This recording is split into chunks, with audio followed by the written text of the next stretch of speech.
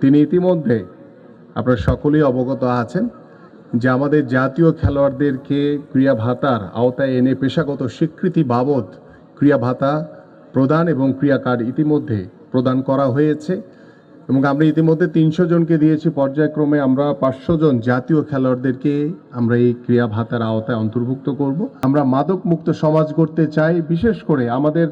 ভবিষ্যৎ প্রজন্ম যারা রয়েছে, বিশেষ করে আমাদের সন্তান সমতুল্য যারা রয়েছে, তাদেরকে আমরা ডিভাইস থেকে দূরে রাখতে চাই এবং সেই ডিভাইস থেকে দূরে রাখার অন্যতম মাধ্যম হচ্ছে খেলাধুলা। যে আমরা ইতিমধ্যে আমাদের জেলা পর্যায়ে জেলা ক্রীড়া অফিসার রয়েছে, আমরা আগামীতে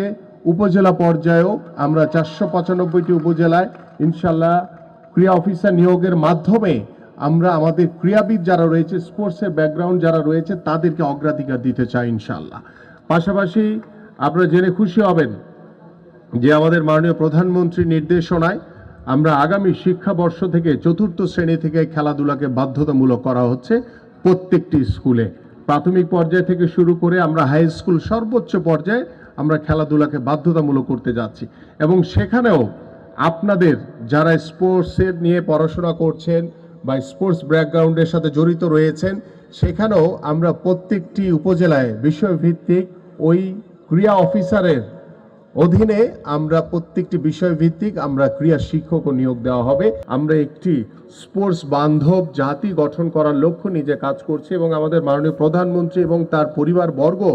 অত্যন্ত ক্রীড়ামোদী একটি পরিবার হিসেবে আপনার ইতিমধ্যে সকলের কাছে তারা সুখ্যাতি পেয়ে